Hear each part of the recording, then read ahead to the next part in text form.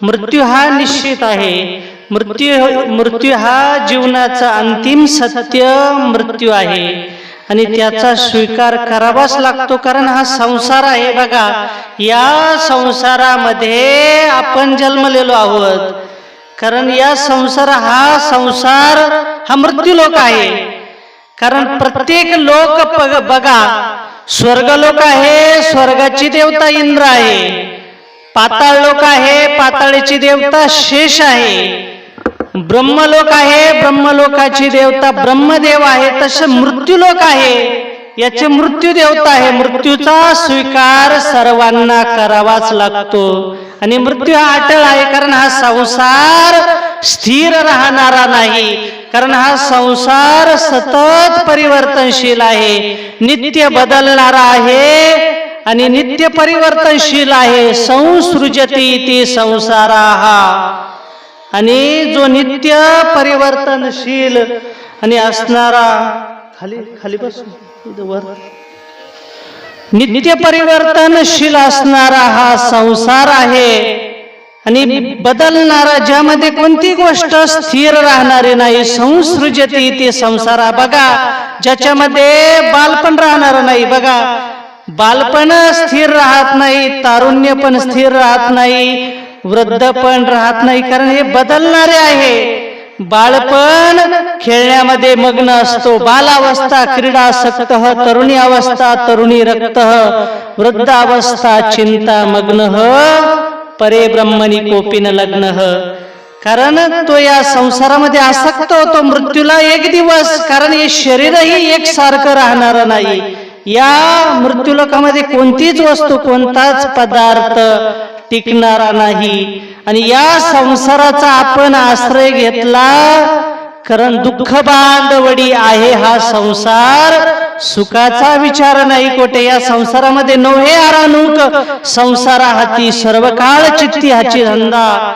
कारण संत महात्मे सांगतात, संसार दुःख मूळ चहूकडे इंगळ, विश्रांती नाही कोठे, रात्रंदिवस तळमळ, काम क्रोध लोभ शोणी, पाठी लागली ओढाळ, कौनामी शरण जावो, आता दृष्टी देईल निर्मळ, संसार दुःख मूळ चहूकडे इंगळ. बघा, हा संसार दुःखाचं मूळ कारण आहे, दुःख रूपच आहे. संसारामध्ये आजपर्यंत या संसारामध्ये कोणी असा या संसाराने तृप्त झाला नाही, सुखी झाला नाही. फक्त ज्याने परमात्म्याचा, त्या भगवंताचा आश्रय घेतला महाराज. कारण तो भगवान सुखरूप आहे, तो आनंद रूप आहे. आणि या संसाराचा ज्या व्यक्तीचा, पदार्थाचा आपण ज्याचा आश्रय घेतला, तर एक दिवस आपल्याला दुःख प्राप्त होणारच आहे. कारण ज्या व्यक्तीवर, या पदार्थावर, सर्वावर आपण प्रेम करतो, परंतु एक दिवस ते पदार्थ, ती व्यक्ती आपल्याला सोडून जाते आणि आपण कोणाला वाचवू शकत नाही. कारण हा काळ असणारा भयंकर काळ आहे. जगात हा एक काळ आम्ही माथा दिला पाय. जगद्गुरु श्री संत तुकाराम महाराज म्हणतात, या सर्व जगाला खाणारा तो काळ आहे आणि काळाच्या ठिकाणी दया नाही महाराज. काळ आहे तो बलवान आहे, तो राजा पाहत नाही, रंग पाहत नाही, कोणी असो, आणि सर्वांना तो काळ एक दिवस ग्रासतो. फक्त त्या काळाच्या मुखातून आणि सोडवणारी भगवंताची भक्ती आहे, भगवंताचं भजन आहे. काळातून सोडवणाऱ्या भगवान परमात्म्याची शरणागती आहे.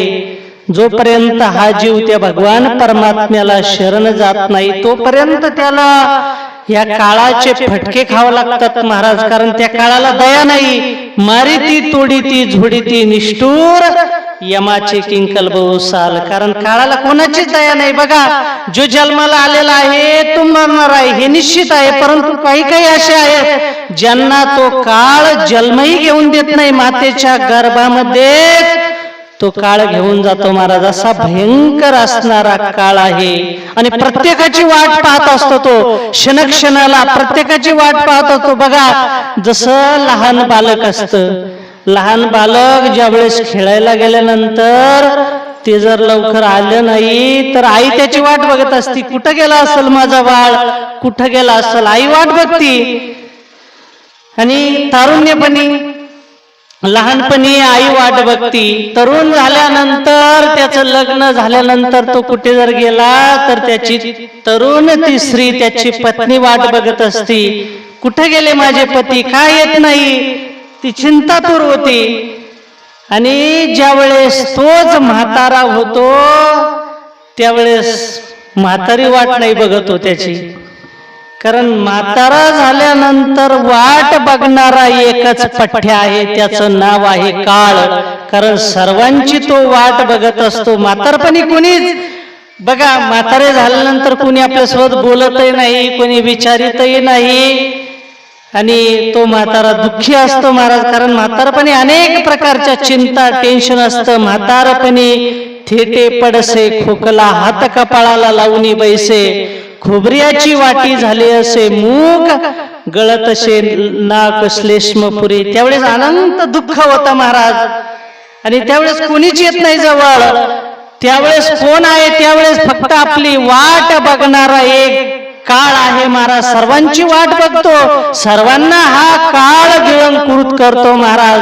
फक्त ज्याने भगवंताची शरणागती पत्करली, भगवंताचं भजन केलं, त्यालाच हा काळ काही करू शकत नाही. नाहीतर प्रत्येकाला बघा, एक ब्राह्मण होता, पुत्र होत नव्हता, आयुष्यभर एवढे प्रयत्न केले अनायाशाने, आणि पुत्राकरता प्रयत्न केले, फार प्रयत्न, उपवास व्रत आधी एवढे प्रयत्न केलं. म्हातारपणी एक पुत्र झाला.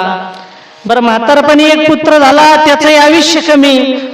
म्हातारपणी पुत्र झाला, फार आनंद झाला. त्या ब्राह्मणालाही आनंद झाला, ब्राह्मण स्त्री होती तिलाही आनंद झाला. आणि फार स्वागत उत्सव, पुत्राचा जन्म उत्सव साजरा केला. काही दिवस, एक वर्ष झालं त्या पुत्राला. एक दिवस सहज तो ब्राह्मण आणि तो पुत्र झोपलेला होता, पाळण्यामध्ये त्याला झोके देत होता. आणि झोके देत असताना त्या ठिकाणी एक प्रसंग घडला, एक काळरूपी, आणि तो सर्प त्या ठिकाणी आला महाराज. आणि त्या पुत्राला दंश केला. दंश केला बरोबर एका क्षणार्धामध्ये त्या पुत्राने प्राण सोडला. त्या ब्राह्मणाला एवढा भयंकर राग आला. ब्राह्मणाने एक काठी घेतली, त्या भयंकर असणाऱ्या त्या सर्पाच्या पाठीमागे लागला तो ब्राह्मण. सर्प पुढं पळत आहे, ब्राह्मण पाठीमागे पळत आहे. पुढे जाऊन सर्प अदृश्य झाला त्या ठिकाणी, आणि एक लांडगा तयार झाला. आता तरी ब्राह्मण पळतच आहे. लांडगा तयार झाला, लांडगा पुढं पळत आहे, ब्राह्मण पाठीमागे पळत आहे. असं करता करता तो लांडगाही अदृश्य झाला. त्या ठिकाणी एक वाघ तयार झाला. तो वाघ पुढे पळत आहे, हा ब्राह्मण काठी घेऊन पाठीमागे पळत आहे.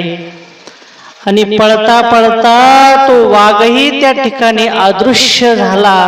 आणि भयंकर असणारा एक काळा पुरुष त्या ठिकाणी निर्माण झाला. आणि हा ब्राह्मण म्हणला, तू कोण आहेस?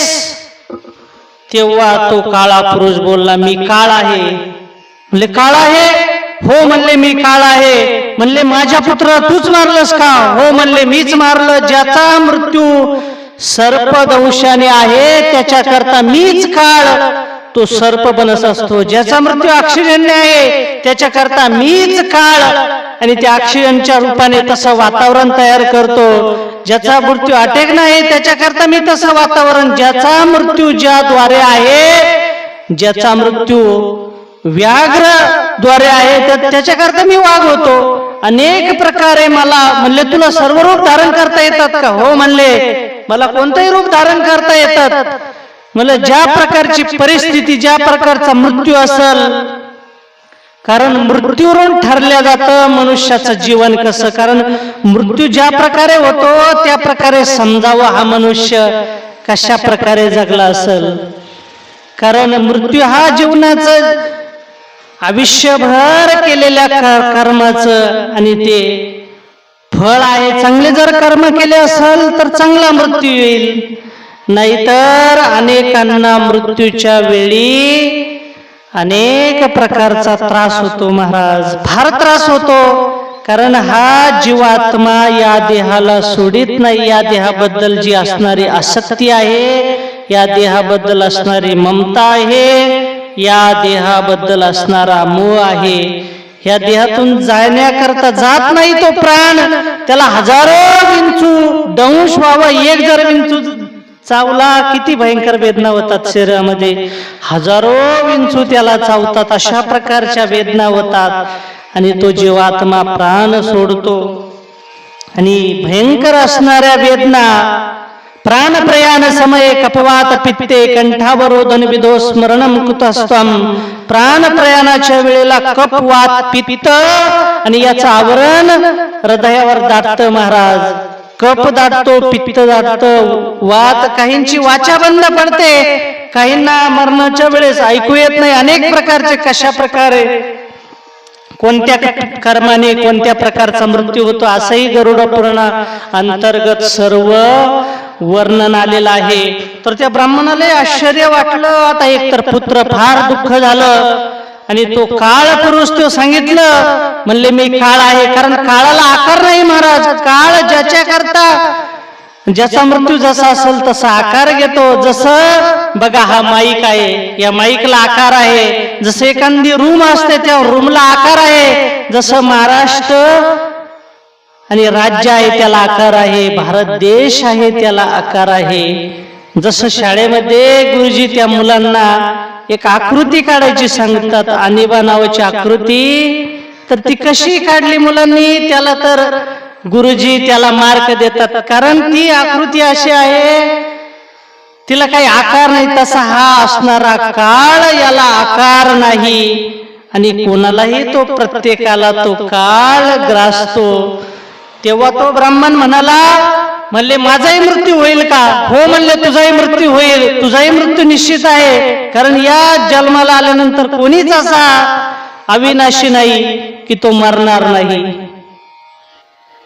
आणि ब्राह्मण म्हणला की माझा मृत्यू केव्हा आहे? तेव्हा त्या काळ पुरुषाने सांगितलं की तुझा मृत्यू आतापासून आणि 20 वर्षानंतर आहे. बघा, आणि 20 वर्षानंतर आहे असं सांगितल्याच्या नंतर बघा त्या ब्राह्मणाने म्हणले कुठं आहे माझा मृत्यू? म्हणले तुझा मृत्यू भारतामध्ये होणार नाही, दुसऱ्या वाळवंट प्रदेशात होईल. आणि म्हणले माझा मृत्यू कशाने आहे? म्हणले तुझा मृत्यू आणि मगर तुला गिळंकृत करेल म्हणले, आणि मगरीद्वारे तुझा मृत्यू आहे. आणि सांगितलं, त्याने विचार केला मनातल्या मनात, आपण ह्या मृत्यूला निश्चित वाचवू म्हणले. या मृत्यूच्या आपण अधीन जाणार नाही, या मृत्यूला आपण वाचवू आणि मृत्यूवर विजय प्राप्त करू. ब्राह्मण फार हुशार होता, ब्राह्मण विद्वान होता. आणि म्हणले त्याने विचार केला, जर आपला मृत्यू मगर गिलंकृत करणार आहे तर आपण भारतात राहणारच नाही. कारण सर्व मगरी भारतातच आहे ना. भारतात मोठमोठ्या नद्या आहे बघा, नर्मदा मैया नावा मैया आहे मध्य प्रदेशमध्ये. आणि ज्या नर्मदा मैयामध्ये अनेक नर्मदा मैयाचं वाहनच मगर आहे. अनेक मगरी त्या ठिकाणी आहे. भारतामध्ये अनेक सरोवर आहेत, अनेक मोठमोठ्या नद्या आहेत आणि त्या नद्यामध्ये मगरी आहे. त्या ब्राह्मणाने विचार केला की मी आता येथे थांबणारच नाही, आणि भारतामध्ये जर मगरी आहे तर मी दुसऱ्या आणि देशामध्ये जाईल. परंतु मृत्यू हा मनुष्याचा पिछा सोडित नाही. तुम्ही कुठेही जा, मृत्यू टाळण्याकरता तुम्ही काही प्रयत्न करा. अनेक राजे महाराजांनी प्रयत्न केले या मृत्यूला मृत्यूवर विजय प्राप्त करण्याकरता, परंतु कोणालाही मृत्यूवर विजय प्राप्त करता आला नाही. कित्येकांनी मोठमोठ्यांनी प्रयत्न केले. रावणाने काय अनेक प्रयत्न, ज्याने ज्याच्या नाभीमध्ये अमृत आणि कुंड होत तरी देखील त्या रावणाला मारावं लागलं. किती काही राजे महाराजांनी प्रयत्न केले, परंतु या मृत्यूला कोणी टाळू शकलं नाही. एकदा यमराज सहज फिरायला आले, मृत्यू लोकांमध्ये फिरायला आले. आणि एका पोपटाकडे बघितलं आणि हसल्याच्या नंतर आणि सहज निघून गेले. आता तो पोपट होता गरुडाचा मित्र होता, गरुडजीचा मित्र होता. आता तो पोपट तसाच गेला गरुडजीकडं आणि गरुडजीला प्रार्थना केली, विनंती केली. अहो म्हणले गरुडजी की यमराज आले, माझ्याकडे बघितलं आणि हसल्याच्या नंतर निघून गेले, निश्चितच मला यमराज नेणार आहे. गरुडजी म्हणले तू काही काळजी करू नको, तुला समुद्राच्या पलीकडे मी ठेवतो म्हणले. आणि समुद्राच्या पलीकडे गरुडजीने एका क्षणार्धात समुद्राच्या तीरावर एक गुफा होती, त्या गुफेमध्ये आणि त्या पोपटाला नेऊन ठेवलं. आणि नेऊन ठेवल्याच्या नंतर गरुडजी गेले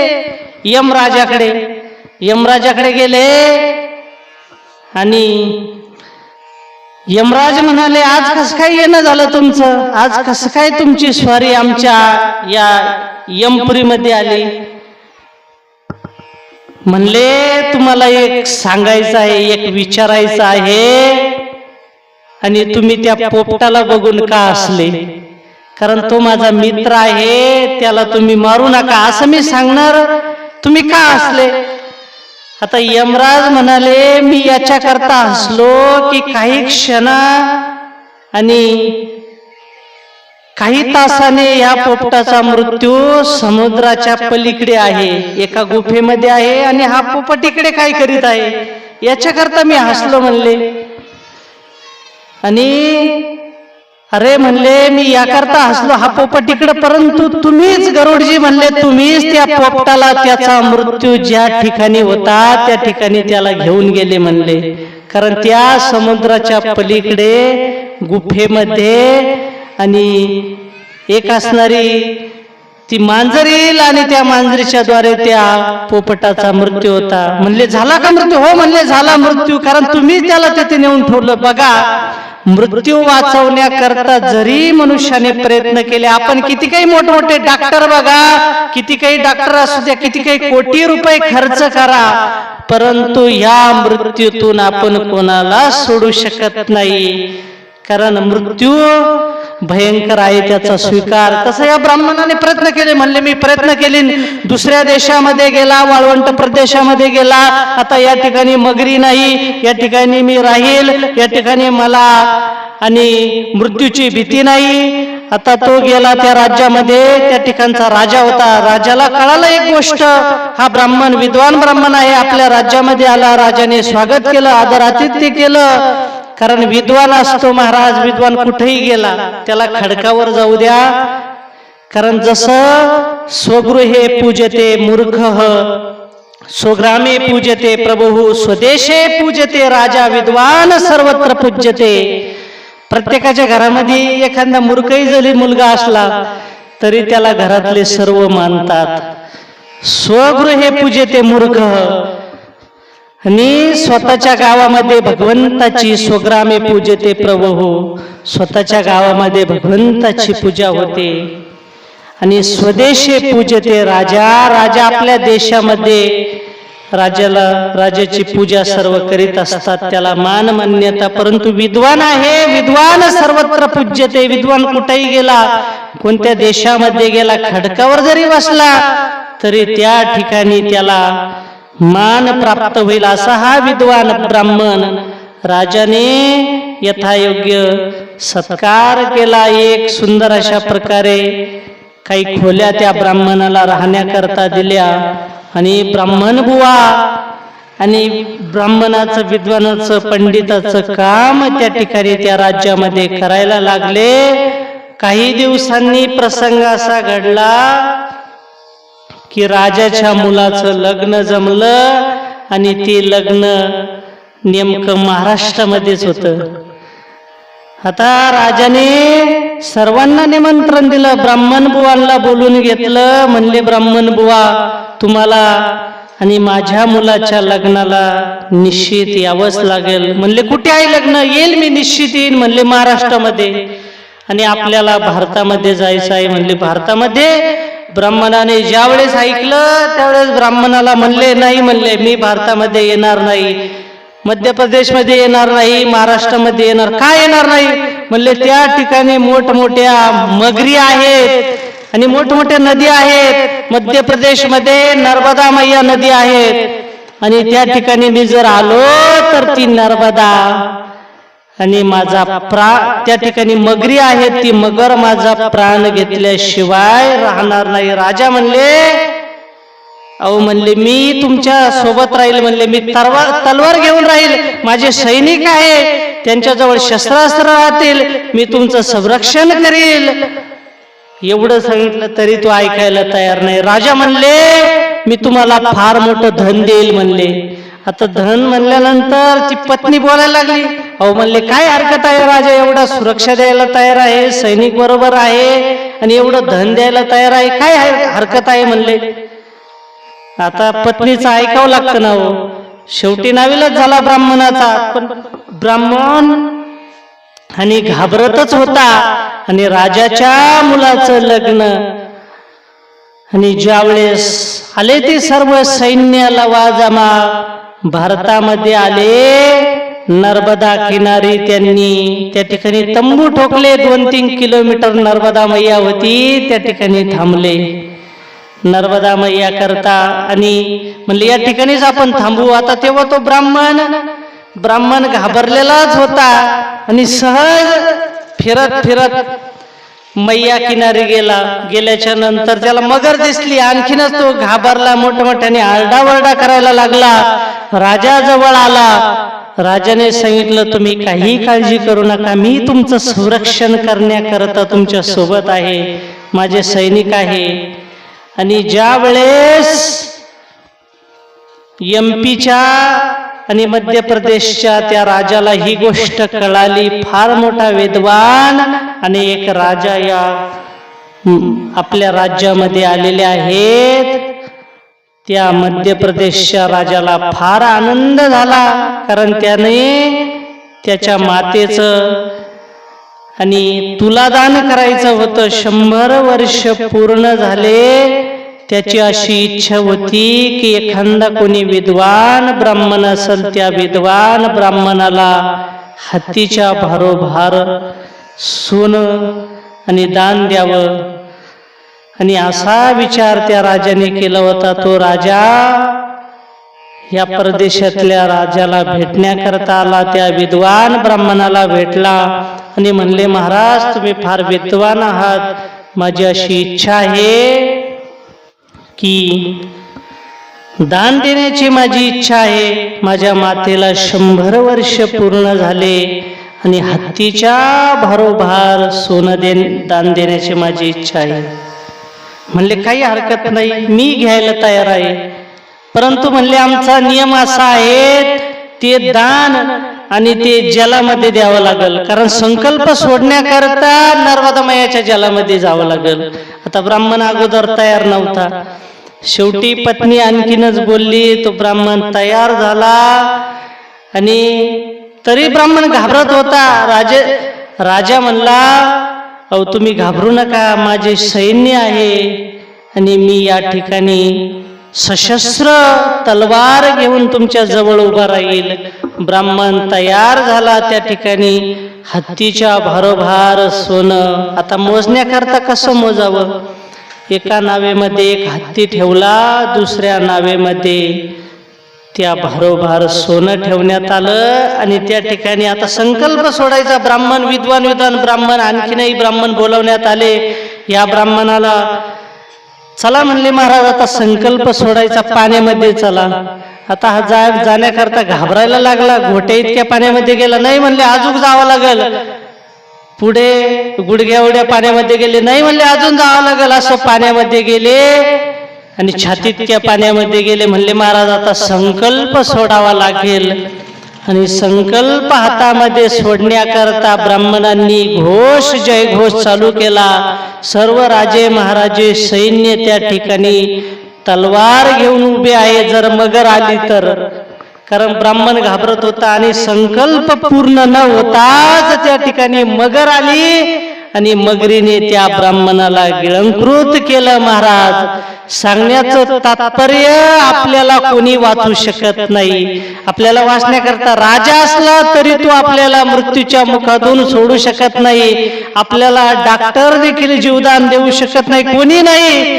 किती वाचणारे अनेक सोयरी भली भली तुका म्हणे तुला सोडविना कोणी, एका चक्रपाणी वाचून या. कारण त्या भगवंताशिवाय कोणी सोडू शकत नाही. महाराज त्या काळाच्या मुखातून जर सोडायचं असेल, काळाच्या मुखातून जर आपल्याला वाचवायचं असेल, तर आपल्याला आपला परमार्थ केलेले भजन भक्ती, कारण हरिविना कोणी नाही सोडविता पुत्र बंधू कांता संपत्तीचे.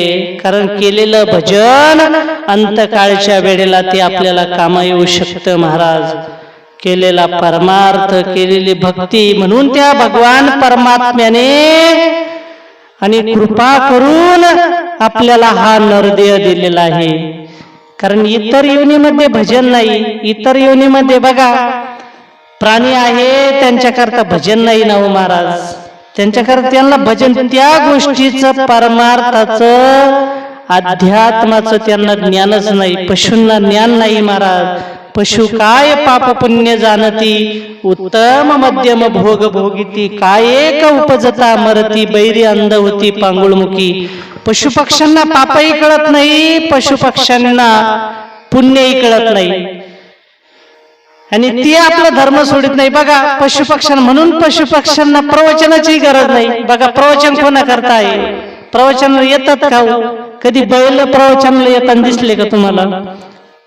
कधी बैल येत नाही, गाय, कोणीच प्राणी प्रवचनाला येत नाही. कारण ते आपला धर्म सोडित नाही. एक मनुष्यच असा आहे, मनुष्यालाच प्रवचनाची गरज आहे महाराज. कारण पशु आपला धर्म सोडित नाही, पशु आपल्या नियमाने वागतात, आणि मनुष्य आपल्या नियमाने वागत नाही महाराज. त्याकरता प्रवचनाची गरज फक्त मनुष्य करता आहे, आणि आपल्या आत्मकल्याणाकरता हे प्रवचन, याच्याकरता गेलेल्या व्यक्ती करता प्रवचन नसतं. आपण सावध व्हावं. गेलेल्या व्यक्ती करता पिंडदान विधी असतो, गेलेल्या व्यक्ती करता त्याच्या नावाने अन्नदान असतं त्याच्या, आणि गेलेल्या व्यक्ती करता सत्कर्म असतं. हे प्रवचन आपल्या करता, कारण आपण जागृत, आपण सावध होण्याकरता. कारण संत महात्मे सावध होई बापा, काळ लागला मापा. अरे बाबा तू आता तरी सावध हो, आता आयुष्य निघून गेलेलं आहे आता, आणि फार थोडा आयुष्य राहिलेला आहे. कारण थोडा आयुष्य एकतर बघा कलियुगामध्ये 100 वर्षाचं आयुष्य मानलं जातं, परंतु 100 वर्ष कोणी जगत नाही महाराज. 100 वर्ष जगत नाही. 100 वर्षाचं अल्प आयुष्य आहे. अल्प आयुष्य मानव देह शत गणिले ते अर्धरात्र खाय, मध्ये बालत्व पीडा रोग क्षय, काय भजनाशी उरले ते पाहेगा. 100 आयुष्य मानल्या जातं 100 वर्षाचं, परंतु 100 वर्ष कोणी टिकत नाही. आणि त्यामध्ये अर्ध तर रात्रीने खाल्लं, अर्ध बाळपणामध्ये गेलं, अर्ध काही अज्ञानामध्ये गेलं, झोपीमध्ये आयुष्य जातं, आणि त्या भजनाकरता परमार्थाकरता काय राहिलं महाराज. म्हणून सावध होऊन त्या भगवान परमात्म्याचं आपल्याला भजन करायचं आहे, आणि त्या भगवान परमात्म्याचं भजन निश्चित या मृत्यूलोकातून, ह्या जन्म मरणाच्या चक्रातून, कारण ही जन्म मरणाची अनंत असणारी ही परंपरा आहे. जोपर्यंत हा जीव, भगवान परमात्मा सांगतात, जो मज होय अनन्य शरण, त्याचे मी निवारी जन्म मरण, या लागी शरणांगता शरण्य मीचे एकू. जोपर्यंत हा जीव त्या भगवान परमात्म्याला शरण जात नाही, तोपर्यंत त्याचा उद्धार होत नाही. तोपर्यंत त्याला हे दुःख भोगावंच लागतं. कारण या संसारामध्ये सर्व काही प्राणी दुःखी आहे महाराज. काही दुसऱ्याच्या सुखाने दुःखी आहेत, काही स्वतःच्या दुःखाने दुःखी आहेत. प्रत्येक प्राणी दुःखी आहे. सुखी केवळ हरिके दास, सुखी तेच आहेत जे परमार्थ भगवंताचं भजन करतात महाराज.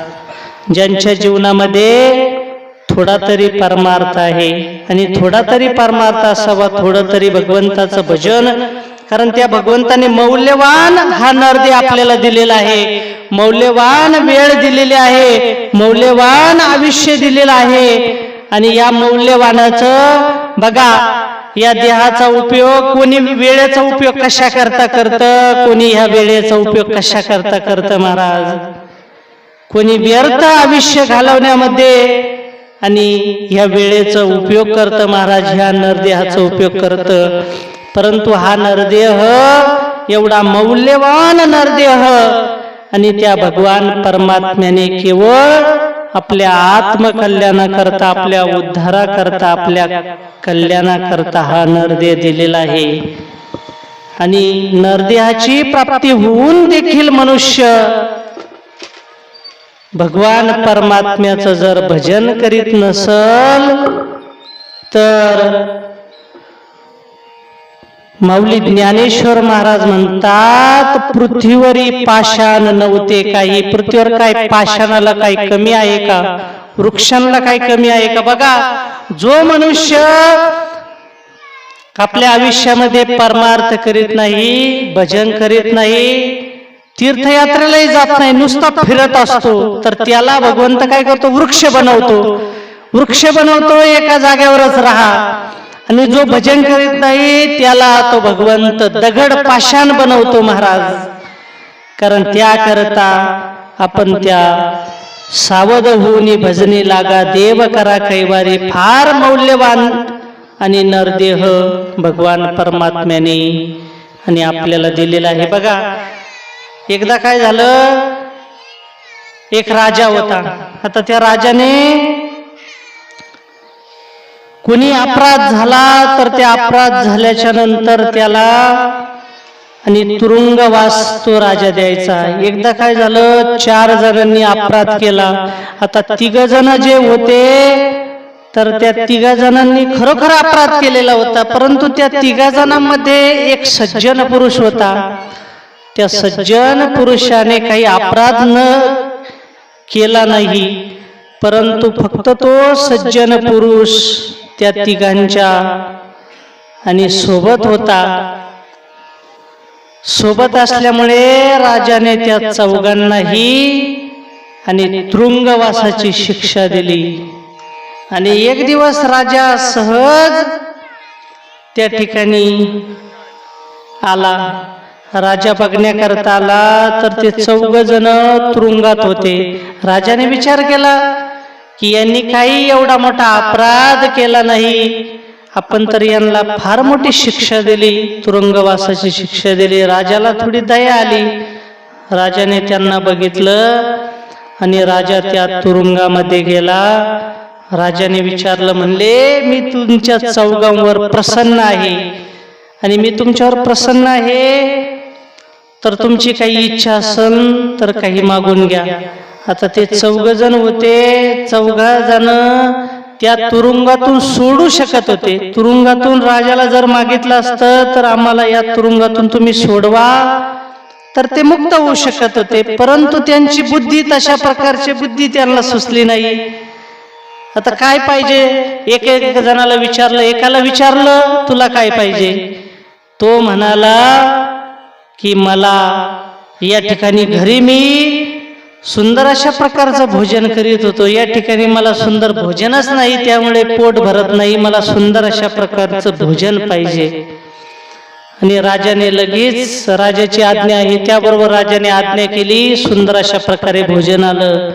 1 जण होता आणि दुसरा, त्याला विचारलं तुला काय पाहिजे. म्हणले मला घरी गादी पलंगावर झोपायची इच्छा, गादी पलंगावर झोपत होतो, या ठिकाणी गादी पलंग नाही.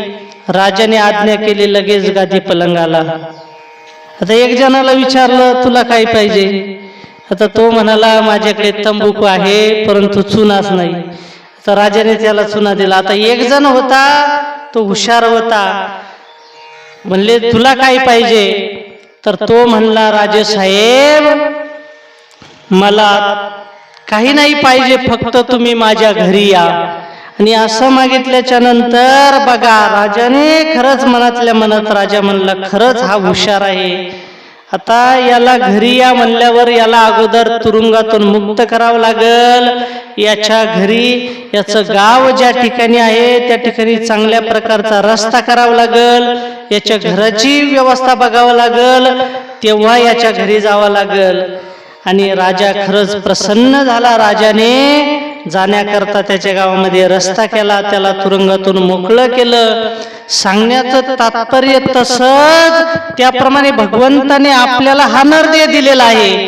परंतु हा नरदेह दिलेला असून सुद्धा आपण त्याचा आपल्याला योग्य वेळही दिलेली आहे, परंतु त्या वेळेचा उपयोग आपण त्या भगवान परमात्म्याच्या भजनाकरता करीत नाही महाराज. न ऐकण्याकरता जे भगवंताची कथा सोडून आणि जे न ऐकावं ते ऐकतो महाराज, जे न पाहावं ते बघतो आणि भगवंताच्या भजनाकरता वेळेचाही उपयोग करीत नाही, धनसंपत्तीचा उपयोग करीत नाही, या ऐश्वर्याचा उपयोग करीत नाही महाराज. मौल्यवान नरदेहाचा मौल्यवान वेळेचा तो आणि भगवंताच्या भजनाकरता उपयोग करीत नाही. त्यामुळे भगवंताला सुद्धा भगवंत नाराज होतात, भगवंताला वाईट वाटतं आणि भगवंत त्याला पुन्हा ह्या जन्म मरणाच्या परंपरेमध्ये त्याला आणि भगवान परमात्मा पाठवित असतो. कारण याला जर एवढा अमूल्य असा नरदेह देऊन जर याला नरदेहाची किंमत कळाली नाही. बघा काही काहींना एकदा एक धनगर होता आणि त्याला सहज हिरा सापडला. आता हिरा आहे, त्या हिऱ्याची एवढी मौल्यवान किंमत आहे, तरी हिऱ्याची किंमत त्याने जाणली नाही. त्याने त्या मेंढीच्या गळ्यामध्ये तो हिरा घातला. तसं आपल्याला या नरदेहाची किंमत कळत नाही, परंतु ज्या वेळेस अंतकाळच्या वेळेस आपल्याला कोणी सोडणार नाही. कारण त्यावेळेस आपल्याला त्या ह्या कर्माची, कारण गहना कर्मनो गती, कर्माची गती फार भयंकर आहे. कर्माची गती मोठमोठ्यांना चुकली नाही महाराज. हे कर्म भयंकर आहे. कर्म हे भगवंताच्या बापाला चुकलं नाही महाराज. दशरथ राजाला गहना कर्मनो गती शास्त्र सांगतं, परेशी गबारा सादर कर्मे निर्वस झाले सगर, भिल्ले विंदिले सारंगधर झाला पुरंदर सहस्त्र नयन. बघा कर्माची किती भयंकर गती आहे आणि ही कर्मगती प्रत्येकाला भोगावी लागते महाराज त्या कर्माची. आणि आपण तर अनंत असे कर्म, आपले तर अनंत असे कर्म आहेत महाराज. कारण जे मनुष्य कर्म करतो त्या कर्माचं कोणत्या तरी जन्मी, कारण कर्म आहे मोठमोठ्यांना, भीष्माचार्यांसारख्यांना कर्म चुकलं नाही महाराज, मोठमोठ्यांना चुकलं नाही. किती काही राजे महाराजे, दशरथ राजा होता, देवाच्या बापाला देखील कर्म चुकलं नाही. आणि ते कर्म आहे, त्या कर्माचं फळ मनुष्याला आणि निश्चित भोगावं लागतं. आणि त्या कर्मानुसारच मनुष्य जन्म घेत असतो, मरत असतो, पुन्हा जन्म पुन्हा मरण, आणि ही प्रक्रिया ही चालूच असते. त्याकरता कर्माची गती भयंकर आहे. जे मनुष्य आज कर्म करताना मनुष्य विचार करीत नाही. बघा जसं एकदा काय झालं, भगवान श्रीकृष्ण आणि अर्जुन सहज रथावर बसून चालले होते आणि जात असताना त्यांनी बघितलं, आता अर्जुनाने बघितलं एक दृश्य. आता एक कोणी कोळी आहे, तो माशांना पकडीत होता.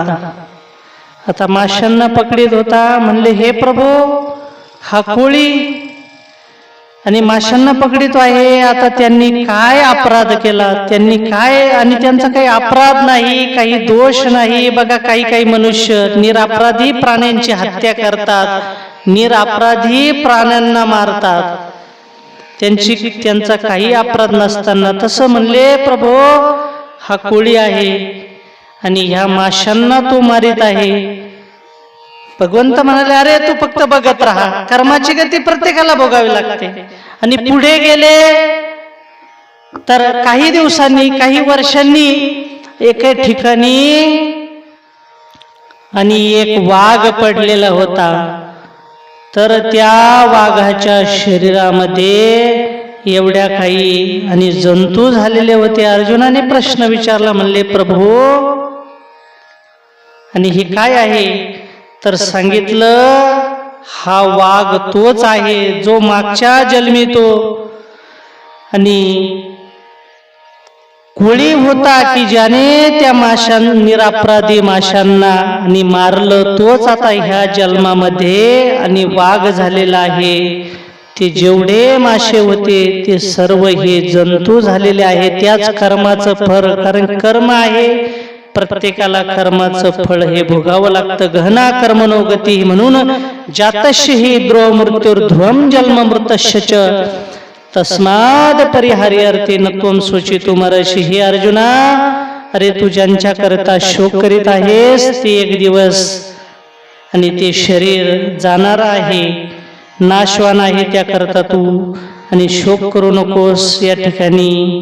आणि वेळही झालेला आहे. सद्गुरु योगीराज गंगागिरी महाराजांच्या कृपेने, ब्रह्मलीन सद्गुरु श्री नारायणगिरी महाराजांच्या कृपाशीर्वादाने, तसे श्री क्षेत्र सरला बेटाचे हिंदू धर्मरक्षक रामगिरीजी महाराज यांच्या कृपाशीर्वादाने कैलासवासी ज्यांचा दशक्रिया विधी कैलासवासी भूपेश मच्छिंद्र गाडवे आणि त्यांचा दशक्रिया विधी आहे, त्यांच्या जीवात्म्याला शांती लाभो, त्यांची सद्गती हो हीच भगवंताच्या चरणी सद्गुरूंच्या चरणी प्रार्थना. त्यांचा शोकाकुल परिवार गंगा भागीरथी किरण मच्छिंद्र गाडवे त्यांच्या आई आहेत, गंगा भागीरथी कविता भूपेश गाडवे पत्नी आहेत, रुद्र भूपेश गाडवे चिरंजीव आहेत, प्रणव भूपेश गाडवे चिरंजीव आहेत, सुजाता नितीन काळे बहीण आहे, समस्त गाडवे परिवार आणि त्यांच्यावर प्रेम करणारे सखे सोयरे आप्तेष्ट गणगोत आणि या प्रवचनाचं निवेदन करणारे आपले हरिश्चंद्र भाऊ, त्यांनाही धन्यवाद. सुंदर अशा प्रकारे ज्यांची साऊंड सिस्टीम, त्यांनाही धन्यवाद. उपस्थित सर्व पुरुष मंडळी, महिला मंडळी, सर्वांना धन्यवाद. ज्यांचं JTV न्यूज जोरवेकर त्यांनाही धन्यवाद. झालेली सेवा भगवान परमात्म्याच्या चरणी समर्पित करून या ठिकाणी सेवेला पूर्णविराम. पुंडलिक वरदे हरी विठ्ठल श्री ज्ञानदेव तुकाराम सद्गुरु गंगागिरी महाराज, सद्गुरु श्री नारायणगिरीजी महाराज की जय. सर्वांनी जागेवर उभे राहा. या ठिकाणी पसायदान घेऊ.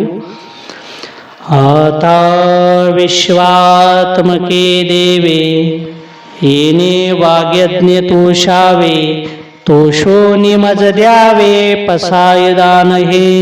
जे खळांची व्यंकटी सांडो तया सत्कर्मरती वाढो, भूता परस्परे पडो मैत्र जीवांचे, दुरितांचे तिमिर जावो, विश्व स्वधर्म सूर्य पावो, जो जे वांछिल तो ते लाभो, प्राणिजात वर्षत सकळ मंगळी, ईश्वर निष्ठांची मांदियाळी, अनाव्रत भूमंडळी भेटतो या भूता. चला कल्पतरुचे आरव, चेतना चिंतामणीचे गाव, बोलती जे अर्णव पियुषांचे, चंद्रमे जे अलांछन, मार्तंड जे तापहीन, ते सर्वाय सदा सज्जन सोयरे होतो. किंबहुना सर्वसुखी पूर्ण होनी तिही लोकी, भजिजवादी पुरकी अखंडित आणि ग्रंथ उपजीविये, विशेष लोकी ये द्रष्टा दृष्ट विजय होवा विजय. ते तमने श्री विश्वेश्वरा वो, हा होईल दान पसावो, येणे बरे ज्ञान देवो सुखिया झाला, येणे बरे ज्ञान देवो सुखिया झाला, येणे बरे ज्ञान देवो सुखिया झाला. हरि ओम शांती.